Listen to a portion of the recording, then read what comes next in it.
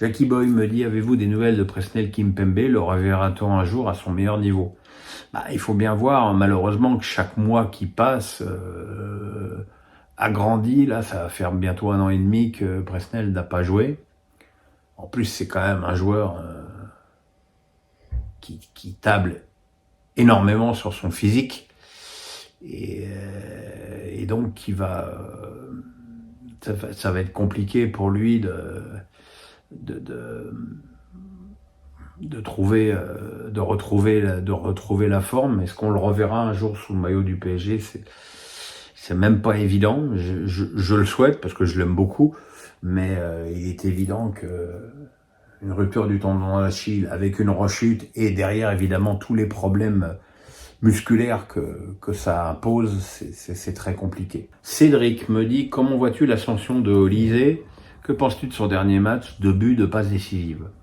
Alors si tu veux, avec l'expérience, j'ai appris à pas m'enflammer sur les stats offensives de joueurs en Bundesliga, qui est un championnat extraordinairement offensif, où en plus les écarts entre les grandes et les petites équipes sont énormes. Je rappelle que dans ce championnat, Kolo Muani était un des rois des buteurs avec l'Eintracht Francfort, que Guirassy, qui était remplaçant à Rennes, a mis 25 buts avec Stuttgart, que Etitike, qui était jamais titulaire avec le PSG, brille avec l'Eintracht. Donc en plus, Olise, il joue au Bayern, et c'est évident que quand le Bayern joue des petits clubs, comme ça a été le cas cette semaine, tant en Ligue des Champions qu'en Bundesliga, t'as énormément d'opportunités. Donc voilà, j'aime mieux le juger sur ces matchs internationaux. Contre l'Italie, il a été victime de la défaillance de l'équipe en général, et pas forcément comme lui d'ailleurs, les 2 autres attaquants qui ont été coupés du reste de l'équipe. Voilà, c'est un joueur extrêmement prometteur, qui a beaucoup d'atouts dans son jeu, qui peut jouer à beaucoup de postes, et qui, j'espère, peut aussi un jour être une alternative différente, mais une alternative à Griezmann. Pépite de chocolat me dit, j'ai vu ta réaction au CM de Nice. Ne crois-tu pas que ce biais français de vouloir épargner les perdants est un facteur qui encourage la médiocrité de nos clubs en Europe? Ça voudrait dire que se foutre de la gueule des clubs encourage les performances en Coupe d'Europe, ce qui évidemment je ne crois pas. Encore une fois, c'est quand même pas moi qui vais avoir quelque chose contre le chambrage, mais le problème c'est que quand tu gagnes 8-0 contre un club promu, voilà, essaye de prendre peut-être un petit peu de hauteur, essaye peut-être de te creuser un peu la cervelle pour faire un tweet humoristique, mais plus original et moins humiliant que pour les joueurs de Saint-Étienne, qui ont déjà, je pense, suffisamment morflé dans leur fierté et dans leur niveau sportif avec cette terrible défaite. Alors là encore, j'ai les Niçois depuis ce matin qui me disent, oh là là, regarde, community manager de Marseille, il a montré, il y a des images de la joie dans les vestiaires. Enfin, on peut pas comparer un Lyon-Marseille et un Nice-Saint-Étienne. On peut pas comparer la rivalité, le niveau du match, le scénario du match. Enfin, rien n'est comparable. Mais bon, encore une fois, quand je vois les réactions haineuses des Niçois à mon égard, je me dis déjà que mon avis pèse encore un petit peu, ce qui est franchement une bonne nouvelle, et surtout que les supporters, dans leur genre finalement, ne sont malheureusement pour beaucoup des êtres haineux sans grand cerveau. Brax me dit, que penses-tu de ces résultats avec beaucoup de buts? Est-ce l'écart des équipes qui fait cela ou les défenses s'appauvrissent? Non, je pense que je l'ai dit il y a un ou deux débriefs. Je pense que l'écart entre les clubs de bon niveau en France et les équipes qui vont souffrir pour le maintien, c'est considérablement agrandi avec les problèmes financiers du football français en plus. Donc voilà, je pense effectivement qu'on va voir de plus en plus régulièrement des 6-0, des 7-0, peut-être pas des 8-0, mais des 5-0, et qu'il y a des matchs où vraiment il y a des équipes qui vont terriblement souffrir. Julien Benet me dit: que penses-tu de la Lever Cup? Une telle compétition est-elle encore légitime? Elle n'est pas encore légitime, parce qu'elle a 7 ou 9 ans, je ne sais plus. Elle cherche de la légitimité. De toute façon, c'est une compétition qui est évidemment basée en grande partie sur le pognon, qui ne rapporte pas de points ATP. C'est peut-être là l'erreur de cette compète. En tout cas, beaucoup de joueurs y sont très attachés. Federer en est évidemment un des membres fondateurs. Alors je ne sais pas quelle est la part de cinéma dans les joueurs qui ont quand même tous l'air extrêmement motivés par la compète. En tout cas, ça donne quand même plutôt des beaux matchs. Ça donne du suspense, puisque là, le trophée a été gagné par l'Europe au dernier match avec la victoire d'Alcaraz contre Fritz. Et moi, c'est une compète qu'en soi, j'ai plutôt du plaisir à suivre. Alors évidemment, le point d'orgue énorme, ça a été les adieux de Federer après cette défaite en double avec Nadal. Mais voilà, quoi. Et en plus, je pense que c'est une compétition qui a fait énormément pour la popularité, si encore il y en avait besoin, d'Alcaraz à ce niveau-là. Question de Thomas Rollin. Comment expliques-tu que dans notre pays, nous n'ayons eu que très peu d'internationaux français de renom qui ont effectué une dernière pige en France, histoire de revenir aux sources? Ne déplores-tu pas de voir des Loris ou Giroud aux States, alors qu'ils auraient pu rendre service à certains clubs français et boucler la boucle de leur carrière? Alors il faut avoir un peu de mémoire, c'est que les derniers à avoir essayé de faire ça, que ce soit Lizarazu ou Leboeuf, ça s'est traduit par des échecs et beaucoup de critiques et beaucoup de railleries. Je pense aussi que quand tu as quitté la France et que tu as goûté à d'autres choses, t'as pas forcément envie de revenir dans le train-train de la Ligue 1.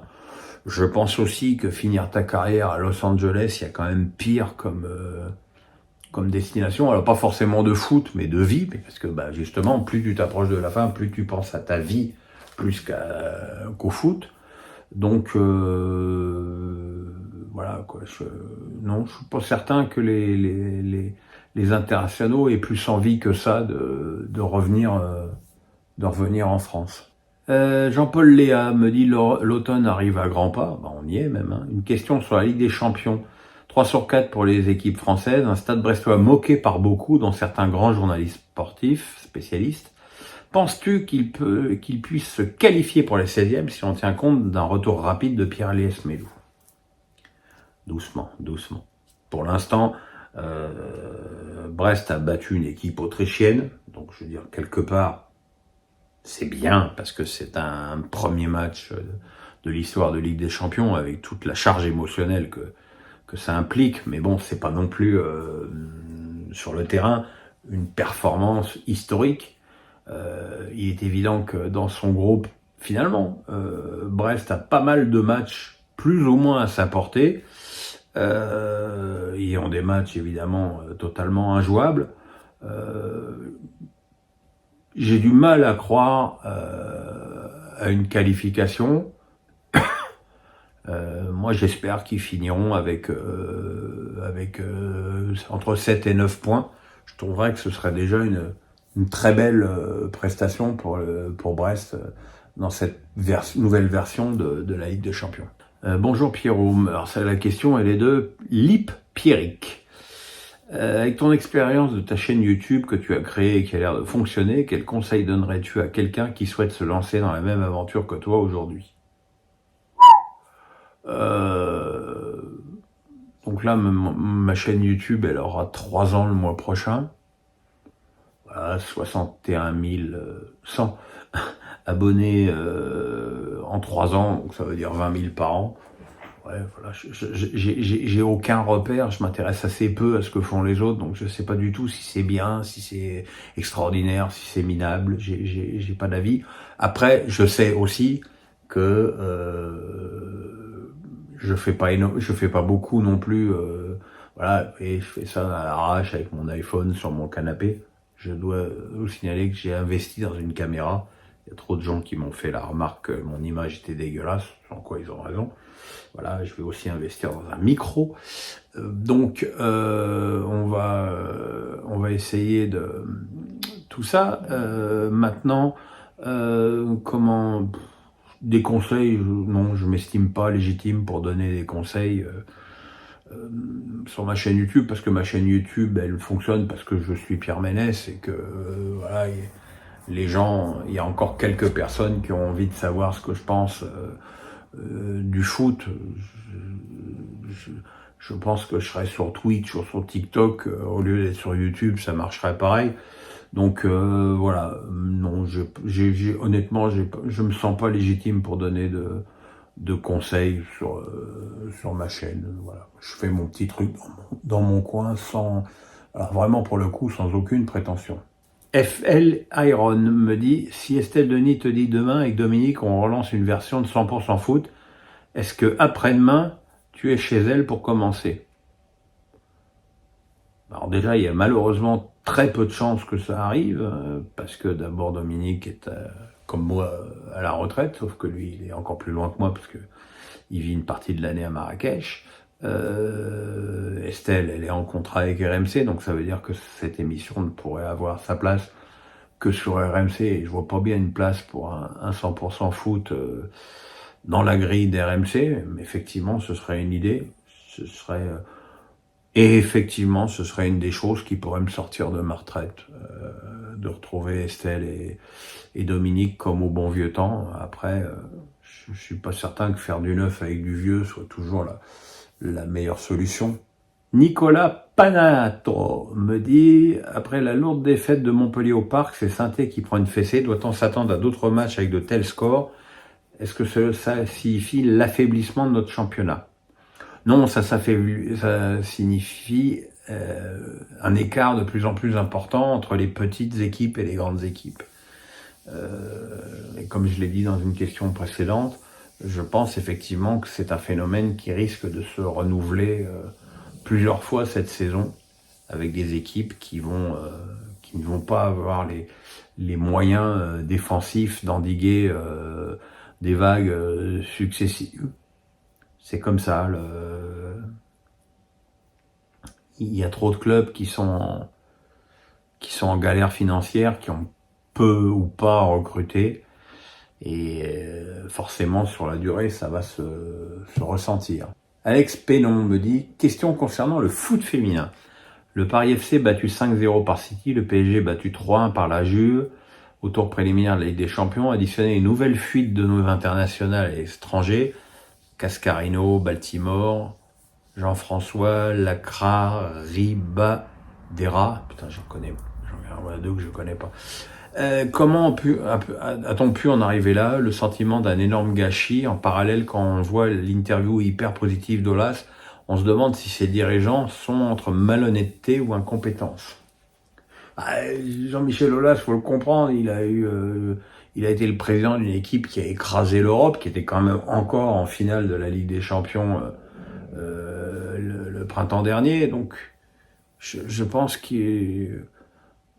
alors après, il est peut-être beaucoup plus lucide que ce que je veux bien l'imaginer, et il veut pas se l'admettre, mais il est évident qu'à l'image de notre équipe nationale, le foot féminin est en très net recul en France. D'abord parce que je pense que les nouvelles joueuses sont moins fortes que la génération d'avant, Le Sommer, Nessie, Babili et compagnie. Je cherchais le nom de l'ancien entraîneur de Lyon, l'arrière gauche, qu'elle m'excuse, son nom ne me revient pas. Voilà, donc déjà, il y a ça, effectivement. Puis quand tu vois la Ligue 1 française, qui s'appelle Première Ligue en plus, qui n'a pas de sens, que tu penses que quand tu changes de nom, tu vas donner plus d'intérêt à ta compète.